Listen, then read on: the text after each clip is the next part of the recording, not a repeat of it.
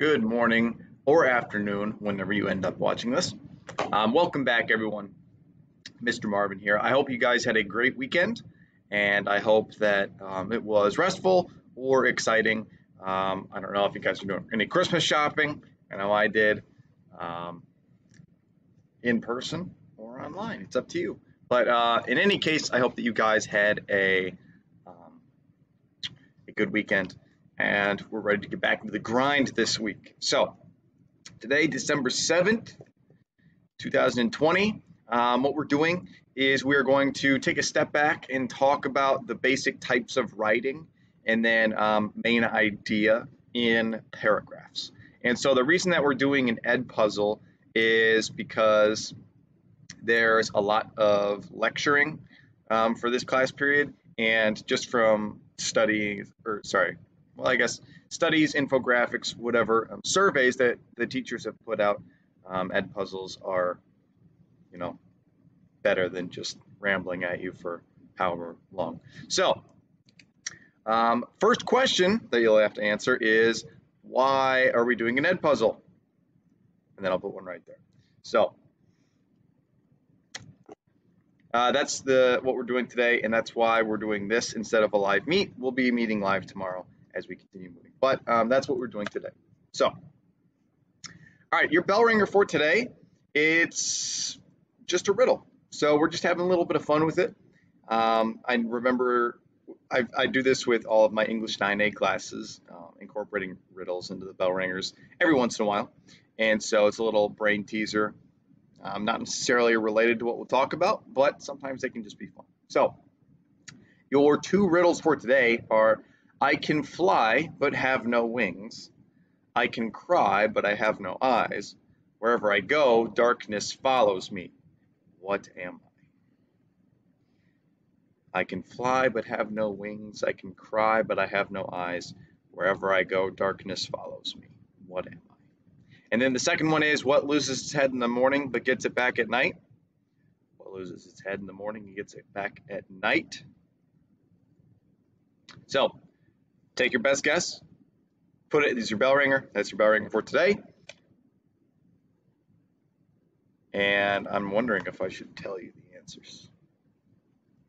Tell you what, I'll tell you the answers at the end of this recording. And let me write that down so I don't forget.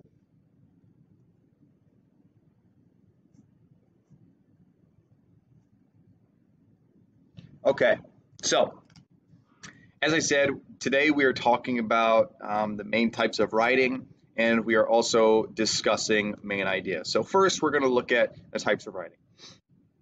So when it comes to writing, there's four main types that you will look at during your time in high school: chronological, compare and contrast, cause and effect, and descriptive writing. So those are the four main types that you will see and learn about throughout high school. So let's start out with chronological order. In chronological order writing, an author lays out an idea or tells a story from beginning to end. The events of the story go in order of everything that happened. So if you think about the name, chronological, coming from the root word chronos, meaning time. So it's just starting a story at the beginning and telling it all the way to the end. So some giveaway words, like it's time words. So before, next, after a while, once upon a time, shortly, first, secondly, thirdly, words like that. And we'll look at some more in just a second. So where will you see chronological order being used? You'll see it in stories and other accounts. So something like Marvel's The Avengers. All of those movies are told in chronological order. You start at the beginning of your hero story and you watch them change, and then you learn what they're like at the end. So it's like time is only moving forward, with the exception of like the last Avengers. But even when they're going back in time, the story is still progressing forward. So chronological order is starting at the beginning and then going all the way to the end. It's not trying to compare anything. It's not trying to really analyze anything. It's just starting one spot, going somewhere else. So again, most commonly, you will see this used in stories. And so here is a pretty comprehensive list of some time order words that you can try to identify to know when something is chronologically ordered. So before, first, next, sometimes last, and there's a whole lot of different words that are encompassed in these kind of ideas of, all right, next, all right, next. But we don't say next every time. Sometimes we'll say, like, secondly, this is my reason. Thirdly, so there's a lot of different words, but all they have in common is the fact that they have to do with time and when things are happening. Because again, chronological order is all about starting at the beginning and going to the end. All right, so our next type of writing is compare and contrast. And so you may or may not have written some of these in the past. That rhymed. Great job, Mr. Marvin. So in compare and contrast works, two or more things have their similarities and their differences analyzed. So you're comparing and contrasting two things by talking about how they're similar and how they're different. So where will you see this? You'll see this in buying guides. You'll see this in character studies. You'll see this in, whatever. Anywhere where two things are put against each other and either compared or rated or reviewed against each other. So, for example, my wife and I, we got Apple Watches for each other for Christmas, and she already knows, so it's not a surprise. So I'm not spoiling anything. But when we were looking at which Apple Watches we wanted to buy, we would look at comparisons between between like the Apple Watch 3 and the Apple Watch 5S, I think it is, and the Apple Watch 6. And so those comparisons, they brought up not only the price, but they also brought up different performance aspects, different aesthetic things. And so that was comparing how are these similar, and more importantly, how are they different. So what are some giveaway words with compare and contrast? So if you are comparing something, you will typically see the words same, similar, similarly, in the same way, both, like, in common, as well, and also. And if you are contrasting something, then you'll see this list of words over here: differ, different, difference, however, but, like, although, even though, on the other hand, while. And there's even more too. But the general gist is, if you look at a paragraph, because just a heads up, in the near future you'll have a test and you'll have to read a passage and ask myself, okay, is this chronological? Is this compare and contrast? Is this descriptive?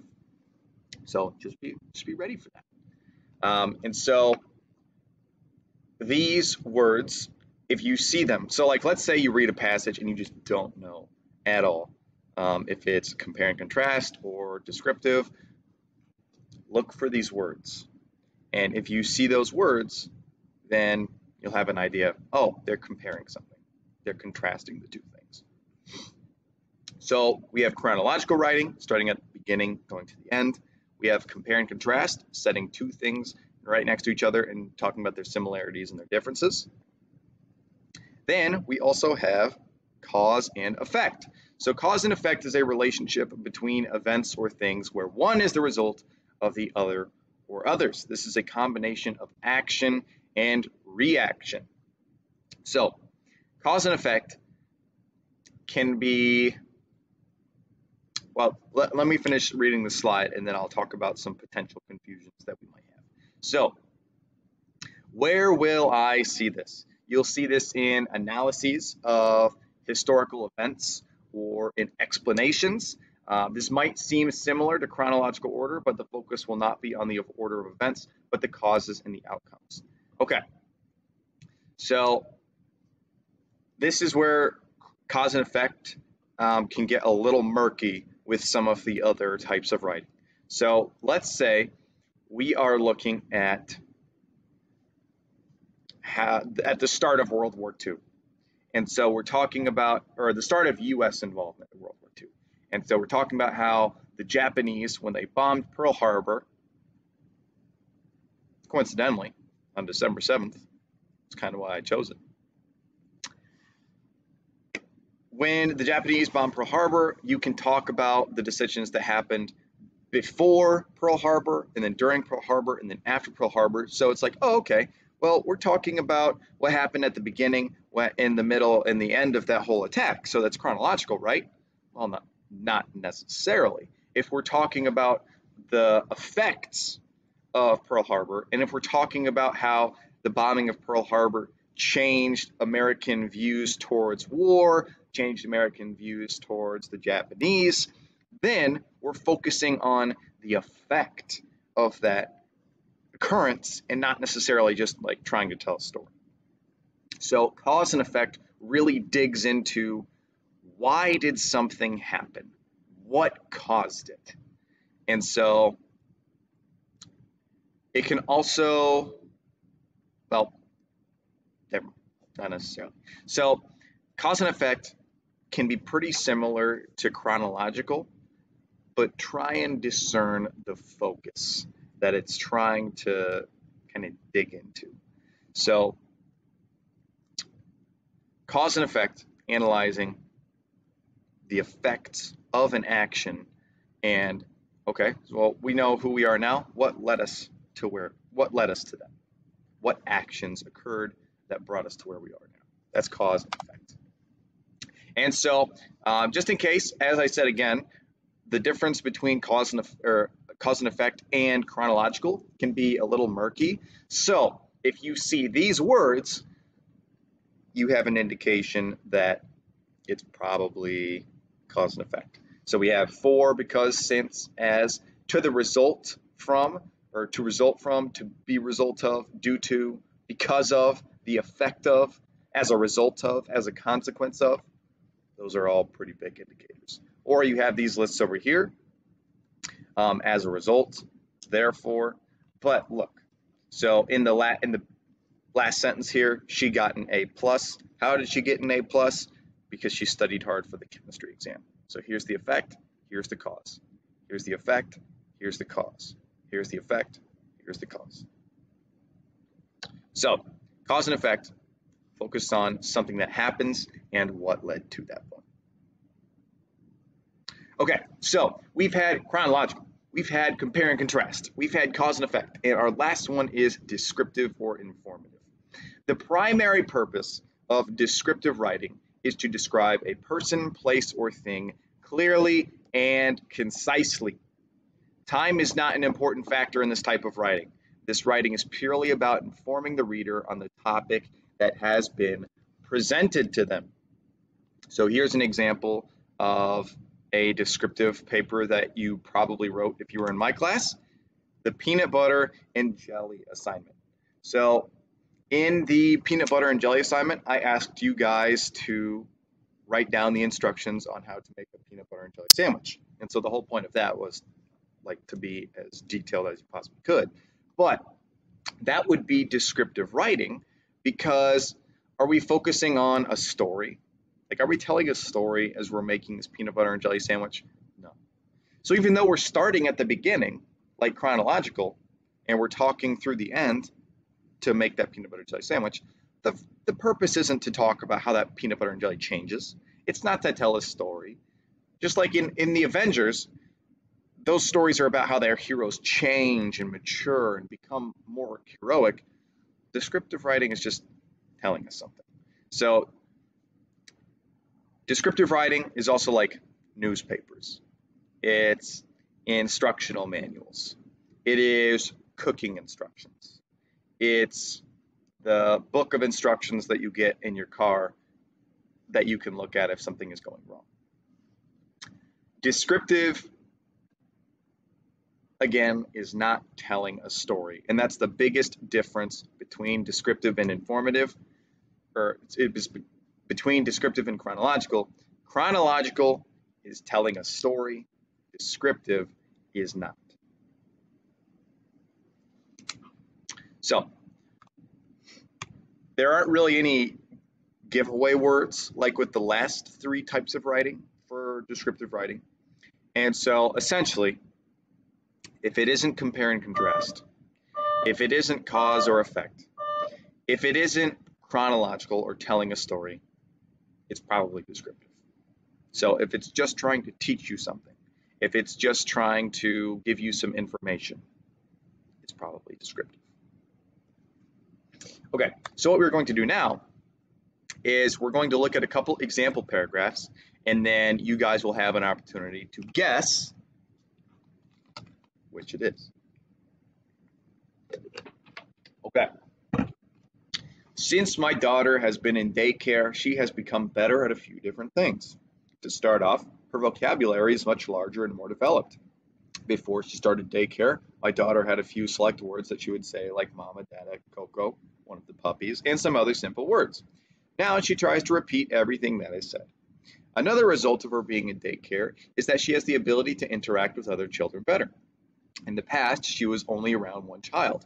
Now she is around 6 to 8 kids, and she has learned to share her toys and to play in a group with the other children. Her learning to share has carried over at home when she tells her daddy or me that it's his turn or mommy's turn when putting her socks on.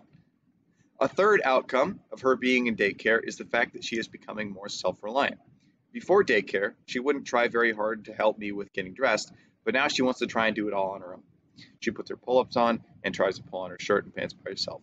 Socks still go on upside down, but at least her shoes go on the correct feet, and I'm really glad that I decided to put her in a daycare, for the benefits have been great.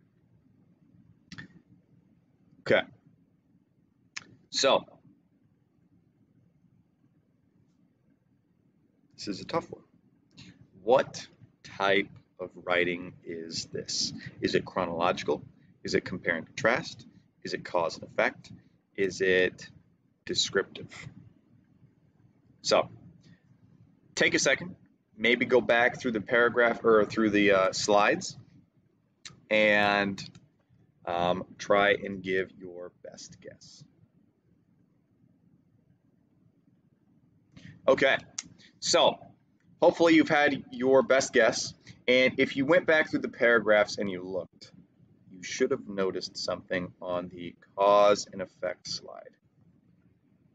Cause and effect talks about what something was like before and what it is like now.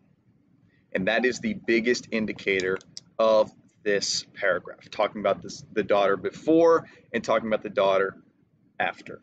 So even though we have all these chronological words like first, second, third, even though this is descriptive and it's bringing a lot of details in, what's the main idea of this paragraph? Since my daughter has been in daycare, cause, she's become better at a few different things, effect. So we also have the words before, now, another result, in the past, now, before, now. So as I said, cause and effect, before and now. That's the biggest giveaway for this. So again, if you guessed anything other than cause and effect, it's just a guess, and so you'll get credit for just guessing. It's not like I'm going to mark you wrong for it. So just looking at the bottom here, what's the effect? The daughter's better at certain things. What's the cause? Going to daycare. So let's look at another example. Number 2, what is it? I went to bed last night at 11 p.m. This morning I woke up at 6 a.m. and had the worst headache in the world. Nonetheless, I went to work anyway and suffered through the day. Then, after I got home tonight, I laid down with a washcloth on my head. That seemed to do the trick because I feel okay right now. What would your guess be? Chronological, cause and effect, compare and contrast, or descriptive? So, if you guessed chronological, you are correct. Last night at 11 p.m., this morning, 6 a.m., through the day, after I got home, right now. So just look at the timeline. It's all in like the same time period. Is this trying to teach us something? No. So it's not descriptive. Is it talking about a cause and an effect? No. Is it comparing anything? No. So it's just telling a story. and that story happens to be in chronological order as well. So that is that specific answer, and hopefully you had an answer for it.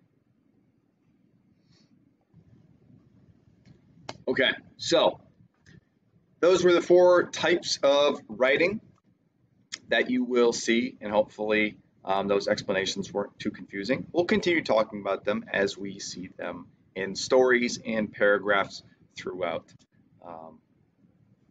the rest of the trimester. So moving on to main idea.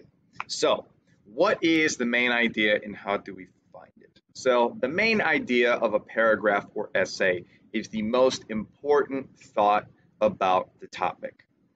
So it's the most important part or idea in your paragraph or the most important idea in your essay, just depending on the question. But so every paragraph will have a main idea, and every essay will have a main idea too. But it just depends on what you're trying to look at, if you're trying to look at a paragraph or an essay. So the main idea is not the topic. The topic is the person, place, thing, or idea that's actually being written about. The main idea is what you have to say about that topic. So again, there's a difference between the topic and the main idea. The topic is what you're talking about. The main idea is what about it. So to find the main idea of a paragraph, look in the first sentence or the last sentence of the paragraph most of the time, as we'll see. So there might be some sentences at the beginning to preface the main idea, but in general, just like when we were writing our argumentative essays, where did we put our topic sentences? Where did we put our main ideas? In the first sentence. So that's the best place to typically look. So let's watch a quick video, and then we will ask a few questions and look at it.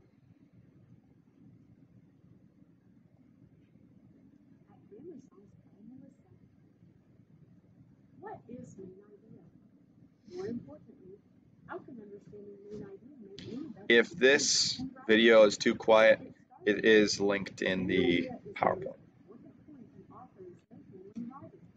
What? Maybe it will be easier to understand if I show you. The main idea is the most important thought about the topic. The topic is the person, place, thing, or idea being written about. Let's read a short paragraph and see if we can find the main idea. My dog Hope is the best dog in the world. She always comes when I call her. She loves to swim and go hiking with me. Best of all, Hope is there for me if I'm having a bad day or feeling sad. First, we need to know the topic. What person, place, thing, or idea is this paragraph about? Of course, it's about Hope. She's the topic. Next, we need to find the main idea. So what is the most important point this paragraph makes about Hope? Let's read the paragraph again. My dog Hope is the best dog in the world. She always comes when I call her. She loves to swim and go hiking with me. Best of all, Hope is there for me if I'm having a bad day. So again, the topic is Hope the dog. The main idea, what's the most important thing that we're trying to, or that this author is trying to tell us? It is that Hope is the best dog. These sentences are supporting details. A supporting detail provides information that explains, defines, or proves the main idea. So now it's easy to see that my dog Hope is the best dog in the world is the main idea of this paragraph. Every sentence in the paragraph talks about Hope's good qualities. The supporting details explain why Hope is the best dog in the world. So the main idea is what the writing is all about. Yes, and the main idea is in the first sentence. Well, Great often voices. the main idea can be found in the first sentence, but not always. Let's look at another example. Remember, the main idea is the most important thought about a topic, and the topic is the person, place, thing, or idea being written about. Ross was dirty, wet, and cold. The rain poured down from the dreary sky. Ross was having a terrible day. He woke up late, then he missed the bus. He tried to ride his bike to school, but he hit a bump, lost control, and fell in a mud puddle. Okay, so real quick right here, take a guess. What do you think the main idea is going to be? So I know I said it's typically in the first or last sentence. This is one case where it is not. So take a guess and tell me what you think it is. Okay. Ross began to cry. First, we need to find a topic. What person, place, thing, or idea is this paragraph about? Of course, it's about Ross. He's the topic. Next, we need to think about the main idea. So what is the most important point this paragraph makes about Ross? Let's read the paragraph again. When we read, we need to notice the supporting details. Remember, supporting details are sentences with additional information that explain, define, or prove the main idea. We need to find the details the author gives us about Ross. Ross was dirty, wet, and cold. The rain poured down from the dreary sky. Ross was having a terrible day. He woke up late, then he missed the bus. He tried to ride his bike to school, but he hit a bump, lost control, and fell in a mud puddle. Ross began to cry. While we were reading, I noticed some additional information about Ross. He was dirty, wet, and cold. It was raining. He woke up late. He missed the bus. He took his bike to school, but he hit a bump and fell in a mud puddle. Then he started to cry.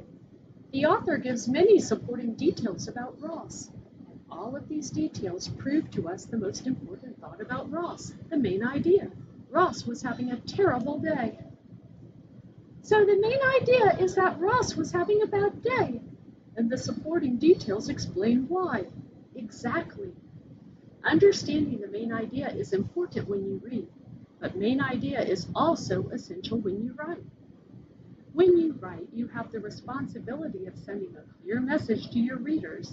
Okay, so that's where we'll pause because ultimately this semester or this trimester is about reading. So as this lady said, main idea is what the paragraph is about, or like the biggest idea in that paragraph.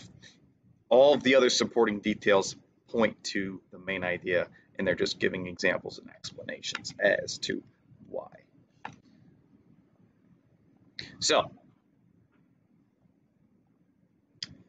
right, so one more time, let's practice. So to many parents, the infant's crying may be mainly an irritation, especially if it continues for long periods. But crying serves important functions for the child as well as for the parents. For the child, crying helps improve lung capacity and the respiratory system. Perhaps more important, the cry serves as a signal of distress. When babies cry, they indicate that they are hungry or in pain, and this is important information for parents. So, question number 1, which just figure out on your own, what's the topic? Number 2, what is the main idea? And then number 3, what are some supporting details or sentences? So for your question on Edpuzzle, I'm only going to look at number 2. So what is the main idea? Okay, so we're looking at the topic and the main idea. So what is this whole paragraph about? Well, every sentence is about babies crying. So that's the topic. The topic is about babies crying. Is that our main idea? No. Why? Because babies crying isn't actually, it's not a main idea. It's not a point. We're not saying anything about babies crying just in that one topic. So what is the most important thing? What is the idea that has all of the supporting details about it? I would say it's number 2. Why? Because all of the supporting details are about the important functions of crying. So we have this main idea that crying is important. First reason, crying helps improve lung capacity and the respiratory system. Another reason, cry serves as a signal of distress. Another reason, they indicate that they're hungry or in pain, which is important information. So all of that extra info leads and points to this main idea that crying is important. So then what would be the supporting details and sentences? Everything else. Okay, so we talked about the main idea. We talked about the different types of writing. And so your last question for today is, how are you feeling about what we learned today? Are you confused by anything? Are you feeling pretty good about it? I know it's probably a little elementary maybe. Or you think, well, yeah, this just makes sense. So whatever it is. So question is, how do you feel about what we talked about today? And are there any questions? Okay. So that's all that I have for you guys today. Please make sure that you have watched the whole thing. And if you've gotten here, you've watched the whole thing. So also please make sure that you complete your bell ringer, give a guess. And I told you that I would tell you.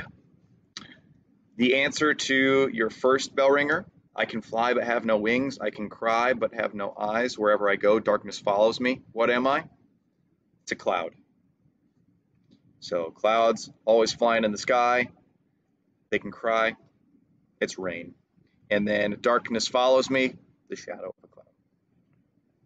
What loses its head in the morning but gets it back at night? A pillow. You leave your pillow every morning and go back to it, maybe throughout the day for multiple naps. I don't know. But you definitely get it back at night. So very good. So number one is a cloud, number two is a pillow. So anyhow, I hope that you guys found this somewhat useful. We will do our Google Meets tomorrow. And so if you guys have any questions, just send me an email. I can help you out. Otherwise, I hope you guys have an excellent day.